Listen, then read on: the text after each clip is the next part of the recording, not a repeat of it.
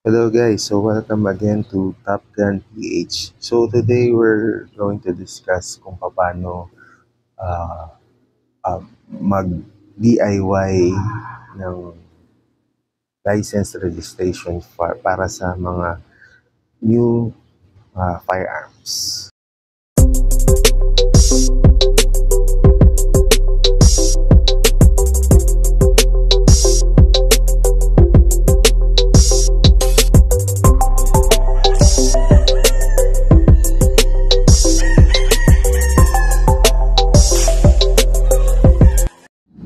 Usually po kasi dito pagka pumunta tayo sa mga naka-flash na mga gun stores na yan, kay Lynx, kay Trust Trade, kay PB Dionisio or kung kanino. Sila na yung nagpo-process para sa mga tao. I-fill up na lang kayo ng application form, ipe-present niyo yung mga requirements, which is ano ba yung mga requirements. Kailangan nyo ng wala kayong expired firearms, wala kayong yung LTAP nyo updated, kumbaga walang problema. So yun, so usually ginagawa natin ito, iba-iba singil nila, lalo ngayon na tumaas na. Iba meron tayong 5 years, merong 10 years. So, iba-iba yung rates nila. As ako po, based po sa observation, ang pinakamurang, hindi ko po ina-endorse yung trust trade, pero sa ngayon po, na-observe ko, ang may pinakamura ay yung sa new registration ay si trust trade. Yung iba po, pagka 10 years, merong 7.5, merong 6.5, merong 5.5. Kay trust trade, medyo mura-mura po. So, bali na-try ko lang po 'to, yung recent purchase ko last, ano ba, basta this year. So, trinay ko siya i-self-process. Total, advisable po 'to kung katulad ko po, dito lang din po ako sa Quezon City.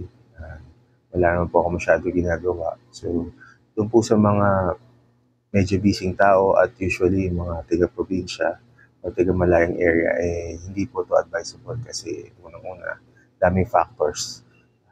Yung travel nyo, mahirap yung parking sa one-stop shop, lalo na kung medyo natalanghali kayo, ang haba ng pila, kung hindi naman magpapark kayo. Usually dati nagpa-park pa ako doon sa may Hypermart, doon sa may papunta na ng Araneta Center, tapos lalakarin ko papunta ng Krame. Ay paano ngayon, tag-ulan, so maraming factors na pwede maka-apekto.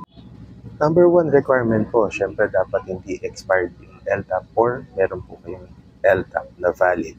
So number one, punta po kayo sa gun store at pili kayo kung anong unit yung bibili ninyo. After po nun, bayaran nyo at maghihintay po kayo na itag po nila yung unit under your LTAP account.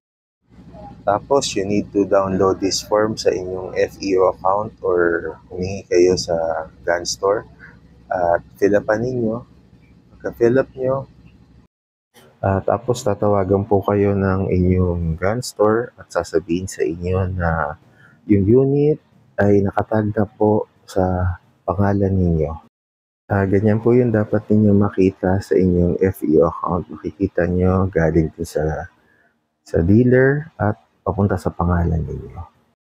So, you need to download the form, fill it up, at i-upload. Tapos, makikita ninyo, submit. And then, after ilang days, yung for evaluation na siya. Tapos, for status for Chief FLD approval. Ang importante lang po dito ay sana wag magda-down yung system, number one. Tapos, check lang po tayo from time to time para kung ready meron na pong movement sa ating papel, magawa na po natin yung next step. Next yung po makikita ay for Chief FEO approval. Tapos, lalabas na po itong payment code, which is yung nasa may ibabaw. And after po nun, ay pumunta na po kayo sa nearest land bank at bayaran na po ninyo ang kaukulang fees. After po magbayad ay picturean ninyo ang inyong land bank deposit slip at i-upload. Punta po kayo sa FEO sa Krame or kung saan man pong regional FEO center kayo nag-apply. Hindi po tayo ng ganitong form at sila na po mag-fill up at bayaran po ang 200 sa land bank at i-upload sa FEO account. Tapos diretso na po kayo sa storage na may Krame sa dati pong FEO building. Pakita niyo po yung mga documents nyo, tapos yung mga receipts, meron po silang ipiprint, tapos pupunta na po kayo sa record section, at tapos ibalik yung mga papeles. Tapos after a day, yung firearm nyo ay ready na. Pwede kayo mag-follow up, yun po yung number nila. Get your PTT approved form sa kausap niyo po last time, at yun. Yung dealer, prepare na po yung balik. Kasi check nyo po maigi yung serial number kung tama para hindi na po kayo pabalik-balik. So, ito po yung fees. Maraming salamat po.